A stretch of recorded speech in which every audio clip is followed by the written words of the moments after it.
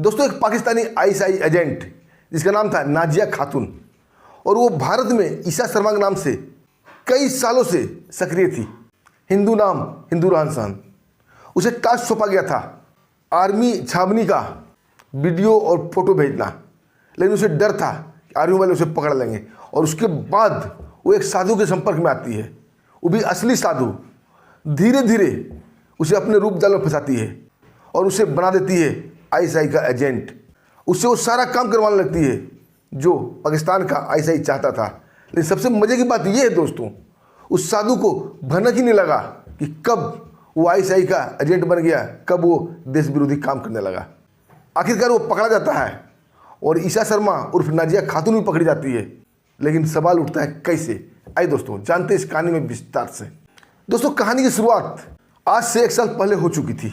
राजस्थान का बीकानेर का इलाका और बीकानेर का आर्मी कैंट, जहाँ कई यूनिट हैं, इन्फेंट्री के, आर्मर्ड के, ईएमई के, एएसी के, एएमसी के, हर यूनिट वहाँ प्रेजेंट है। और ऑपरेशन सिंदूर के बाद पाकिस्तान का आईएसआई बिल्कुल अलर्ट हो गया।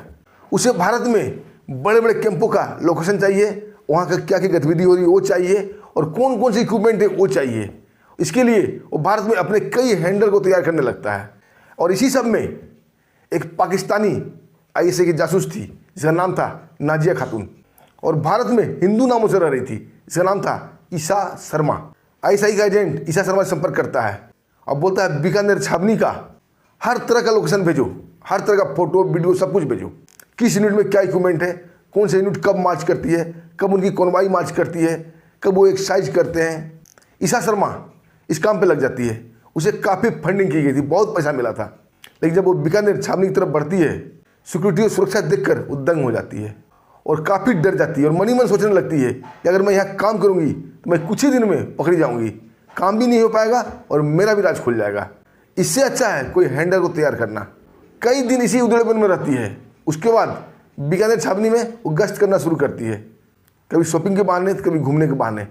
और इसी सब में वो एक ढूंढ रही थी जिसे पाकिस्तानी हैंडलर बनाया जाए, और उसकी नज़र पड़ जाती है बीकानेर छावनी से थोड़ी दूर एक माता का मंदिर था। अब मंदिर से थोड़ी दूर पर एक छोटा सा कुटिया नुमा एक रूम था। वहाँ एक साधु बाबा रहते थे जिसकी उम्र 45 से 50 साल के आसपास थी। ईशा शर्मा उर्फ नाजिया खातून की डूबती नैया का सहारा वो साधु बनने वाला था। अब ईशा शर्मा उर्फ नाजिया खातून उस साधु की रेकी करने लगती है कि साधु कब उठता है, कब सोता है, कब क्या करता है, कब कहाँ जाता है। तो पता चला कि उस साधु की रूटीन तो बड़ा ही बेस्ट था। साधु सुबह सवेरे उठकर भगवान का जाप करके, भगवान की पूजा आराधना करके गांव समाज में निकल जाता था। लोगों से बातें करता, लोगों से भिक्षा मांगता, कोई खाना दे दिया तो खा लिया, कोई कुछ पैसे दे दिए तो रख लिया। दिन भर घूमता घूमता वो थका हारा अपनी कुटिया में आता, फिर भगवान की पूजा पाठ करता और जो कुछ भिक्षाटन में मिला होता उसे पकाता और खा लेता और फिर सो जाता। अब नाजिया खातून को उस साधु बड़ा एक मजबूत किला नजर आने लगा और धीरे धीरे वो साधु के संपर्क में आती है। पहले तो भक्त बन के वहाँ जाती है, साधु को प्रणाम करती है, उससे बहुत सारी बातें करती है और आते आते साधु को 500 रुपये का नोट पकड़ा देती है। अब जिस साधु को रोज चिल्लर पैसे मिलते थे, कभी 5 रुपया, कभी 10 रुपया, कभी 20 रुपया, उसे एकाएक 500 रुपये मिल जाए तो साधु की क्या स्थिति हो सकती है आप सोच सकते हैं। और 500 रुपये देने के बाद नाजिया खातून उर्फ ईशा शर्मा दूर नहीं जाती है, बल्कि साधु पर अपना नज़र रखे हुए थी। साधु काफ़ी खुश होता है और अपने मनपसंद भोजन लाता है, उसे पकाता है, खाता है। उस दिन वो भिक्षाटन के लिए भी नहीं गया था, उस दिन कुटिया में दिन भर आराम किया था। नाजिया खातून समझ जाती है कि साधु धीरे धीरे उसके जाल में जरूर फंस जाएगा। अब रोज़ उसके पास जाती, 1 घंटा उससे बातें करती, उसे अपना भूत भविष्य वर्तमान पूछती, और साधु भी खूब खुश होता था कि चलो कोई एक चेला उसका बन गया है। नाजिया खातून उसे बताती कि बाबा कभी कभी आपकी याद आती तो मेरा दिल करता आपसे बातें करूं, कुछ अपने पूछूं, लेकिन आपके पास तो फ़ोन भी नहीं है। साधु बोलता बेटा हम संसारिक आदमी नहीं हैं, हम माया मोह से दूर हैं, हमें फ़ोन फान से क्या मतलब। नाजिया खातून बड़ा ही प्यार से बोलती नहीं बाबा फ़ोन तो आपको रखना चाहिए। साधु का दर्द मुंह पे आ जाता है और बोलता है बेटा मेरे पास इतने पैसे नहीं है कि मैं फ़ोन खरीद सकूं। नाजिया बड़े प्यार से बोलती है बाबा आप मेरे साधु महाराज हैं, मैंने आपको अपना गुरु माना है, आपको फ़ोन मैं दूंगी। और दूसरे दिन एक फ़ोन साधु बाबा को ला के देती है सिम कार्ड के साथ। अब उसके बाद से नाजिया वहाँ आती थी, अब भूत भविष्य वर्तमान कुछ नहीं पूछती थी, साधु बाबा को फ़ोन चलाना सिखाती थी और 1-1.5 महीने की अथक मेहनत से साधु को फ़ोन चलाने में ट्रेंड कर देती है। अब साधु फ़ोन चलाने लगा था, फेसबुक, इंस्टाग्राम, व्हाट्सअप सब कुछ उसे आ गया था। अब साधु धीरे धीरे संसारिक मोह माया में फंसने लगा और जब भी नाजिया उससे मिलने जाती उसके लिए कुछ न कुछ लेके जाती, कभी फल तो कभी अनाज तो कभी पैसे। साधु उससे बड़ा खुश रहा करता था और नाजिया वाच करती थी कि जिस दिन साधु को पैसे देती थी उस दिन साधु गांव समाज में भिक्षाटन के लिए नहीं जाता था, बल्कि दिन भर पड़े पड़े कुटिया में आराम करता और अपना मनपसंद भोजन पकाता और खाता। अब धीरे धीरे नाजिया फ़ोन पर उस साधु से बातें करने लगी, व्हाट्सएप पर चैटिंग करने लगी। अब साधु का भी समय बीतने लगा। जिस दिन नाजिया का फ़ोन नहीं आता या व्हाट्सएप चेक नहीं करता, साधु को बड़ा ही खालीपन महसूस होता, अकेला अकेला महसूस होता। कई बार नाजिया को मिस कॉल करता, कई बार मैसेज करता, लेकिन नाजिया तो उसे आईएसआई के हैंडल में उतार रही थी। वो सब जानबूझ के कर रही थी। एक दिन नाजिया उसके पास आती है, अब बड़े प्रेम से पूछती है, बाबा आपके पास पैसे कितने जमा हैं? साधु महाराज बोलते हैं, हमारे पास पैसे कहाँ से आएंगे? नाजिया उसे बोलती है कि बाबा अगर आपके साथ कोई परिवार रहना चाहे, कोई आपका बन के रहना चाहे तो आप खर्च कहाँ चलाओगे? साधु एकाएक उसका मुंह देखने लगता है। नाजिया बोलती सही कह रही हूँ। नाजिया बोलती है अगर आप घर चलाने लायक हो जाओ तो हमें भी माया मोह छोड़ के साधु बनना है और आपके साथ ही रहना है। अब साधु बाबा बड़ा खुश होता है कि चलो कोई तो मिला हमारे साथ रहने के लिए, उसका भी अकेलापन दूर हो जाएगा। लेकिन इनका में कोई साधन नहीं था। नाजिया उसे सलाह देती है कि मेरा एक दोस्त है जिसे आर्मी लोकेशन का फोटो चाहिए, वीडियो चाहिए, अगर आप ये काम कर सकते हो तो आपको अच्छे पैसे मिलेंगे। इंटरनेट पर ये फ़ोटो बिकती है। अब साधु बेचारे को कुछ भी पता नहीं दिन दुनिया का क्या होता है। अब उसे फ़ोटो खींचना, वीडियो बनाना सब कुछ सिखाने लगी। अब साधु सुबह उठता, नाश्ता पानी करता और छावनी एरिया में निकल जाता। साधु के ऊपर कोई भी फौजी शक भी नहीं करता और एक अच्छा सी जगह पर बैठता जिधर से फौजी गाड़ियाँ निकलती है, फौजी एक्टिविटी होती है। वहाँ से वो वीडियो बनाता, फ़ोटो खींचता और नाजिया को भेज देता और नाजिया बदले में उसे 500 रुपये तुरंत भेज देती। अब साधु को मानो मुँह मांगी मुराद मिल गई हो, कोई काम नहीं, बस फ़ोटो खींचना, वीडियो बनाना और 500 रुपये टपक जाना। एक वीडियो के 500 रुपया, 2 वीडियो के 1000 रुपया। धीरे धीरे नाजिया उसे आईएसआई के जाल में फंसाने लगी थी। फंसाने क्या लगी थी, वो फंस चुका था। अब पैसा का नशा उसे सर पर बोलने लगा था। अब वो दिन भर मेहनत करता, जैसा जैसा नाजिया बोलती वैसा वैसा करता। इधर दोस्तों राजस्थान इंटेलिजेंस उस वक्त काफ़ी अलर्ट थी।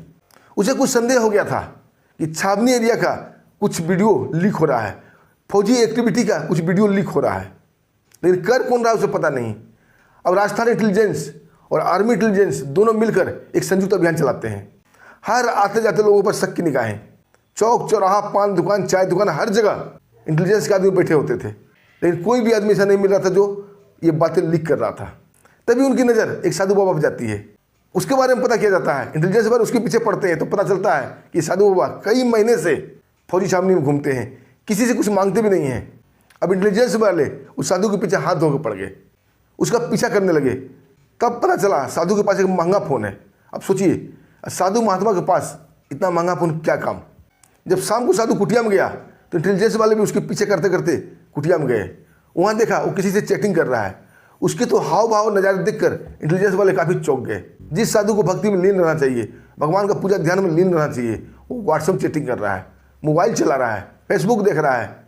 अब इंटेलिजेंस वाले का शक गहरा हो गया। दूसरे दिन वो साधु से मिलते हैं, बड़े प्रेम से बात करते हैं। अब बोलते हैं बाबा आपके पास तो बड़ा अच्छा फ़ोन है, थोड़ा दिखाना। बेचारा सीधा साधा साधु, एक्चुअली उसे कुछ भी मालूम नहीं था क्या होता दुनिया में।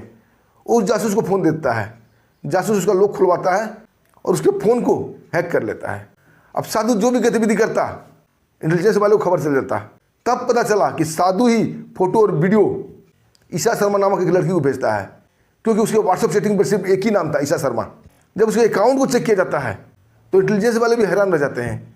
कोई मोटा रकम नहीं, कोई बड़ा पैसा नहीं, बस छोटे छोटे अमाउंट, 500-500 रुपया कई बार भेजा गया था। जब इस पैसे की इंक्वायरी की जाती है तो पता चलता है ये पैसा पाकिस्तान से आ रहा था। बस अब क्या था, पक्का सबूत मिल गया। दूसरे दिन इंटेलिजेंस वाले साधु को उठा लेते हैं, लेकिन गिरफ्तारी ऐसे करते हैं कि किसी को भनक नहीं लगती है और साधु को भी पता नहीं चलता कि वो गिरफ्तार हो चुका है। उसे एक जगह बिठाते हैं, उससे पूछताछ होती है, तब वो सारी बात बताता है। उसका एक भक्त है ईशा शर्मा, उसने उसे फ़ोन दी है। जब उसे पूछा जाता है तुम फोटो और वीडियो किसे भेजते हो, तो साफ साफ कहता है मैं अपने भक्त को भेजता हूँ। उसे फौजी छावनी का फोटो वीडियो पसंद है, वो फौजी एरिया को पसंद करती है, इसलिए मैं उसे भेजता हूँ। मतलब साधु बाबा को पता नहीं था कि वो पाकिस्तानी हैंडलर बन चुका है, वो आईएसआई का एजेंट बन चुका है और आईएसआई का वो काम कर रहा है, देश विरोधी काम कर रहा है।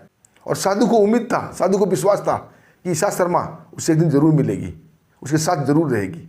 इसी उम्मीद, इसी लालच में उसका सारा काम कर रहा था। इंटेलिजेंस वाले साधु को धमकाते हैं, बोलते हैं ईशा शर्मा को मिलने के लिए बुलाओ। साधु बोलता है कि ईशा तुम कई दिन से मेरे पास नहीं आ रही हो, तुमसे मिलना है। लेकिन ईसा का काम तो बिना मिले हो रहा था, अब वो किस लिए मिलेगी? वो कई बार टरकाती है और इधर इंटेलिजेंस वाले उसका फ़ोन ट्रैक कर रहे थे। 2-3 दिन साधु उससे बातें करता है, उससे व्हाट्सएप चैटिंग करता है और इंटेलिजेंस वाले उसको फ़ोन ट्रैक करते हैं और आखिरकार ईसा शर्मा को घर तक पहुँचते हैं। जब सारी उससे पूछताछ की जाती है, उसके रूम की तलाशी ली जाती है, तो उसके पास कई फर्जी आई कार्ड मिलते हैं, कई फर्जी सिम मिलते हैं, कई पाकिस्तानी नक्शे मिलते हैं, कई इनक्रिप्टेड मैसेज मिलते हैं और सबसे बड़ी बात, उसके बाथरूम में एक मजबूत सेटेलाइट फ़ोन मिलता है जिसका कनेक्शन सीधा पाकिस्तान से था। ईसा शर्मा को इंटेलिजेंस वाले उठाकर ले आते हैं, उसे कड़ाई से पूछताछ की जाती है, तब खुलासा होता है उसका नाम नाजिया खातून है और वो पाकिस्तान ISI का हैंडलर है। जब साधु और ईसा शर्मा दोनों को आमने सामने करके पूछताछ की जाती है तो साधु सारा बात बता देता है। अब ईसा के पास छुपाने के लिए कुछ भी नहीं रहा था और साधु को ये पता चलता है कि उसने अनजाने में कितनी बड़ी गलती कर दी। उसे बहुत दुख, बहुत पछतावा होता है, लेकिन अब वो देश विरोधी काम कर चुका था और इंटेलिजेंस वाले उसे छोड़ने वाले नहीं थे और दोनों को जेल भेज दिया जाता है। दोस्तों, ये सच्ची कहानी बताने का मकसद ये था कि भोले वाले लोग कब ISI के ट्रैक में फंस जाते हैं, कब हनी ट्रैप में फंस जाते हैं, उन्हें खुद पता नहीं चलता है, जिससे साधु बाबा को नहीं चला। इसलिए सावधान रहिए, सतर्क रहिए, कोई भी देश विरोधी गतिविधि में शामिल होने से पहले पुलिस को बताइए। और दोस्तों, इस कहानी पर आप क्या कहेंगे? अपना कीमती राय जरूर दीजिएगा और उसके साथ ही हमें आगे दीजिए। फिर मिलते हैं एक शानदार सच्ची स्टोरी के साथ। तब तक के लिए नमस्कार, जय हिंद, जय भारत।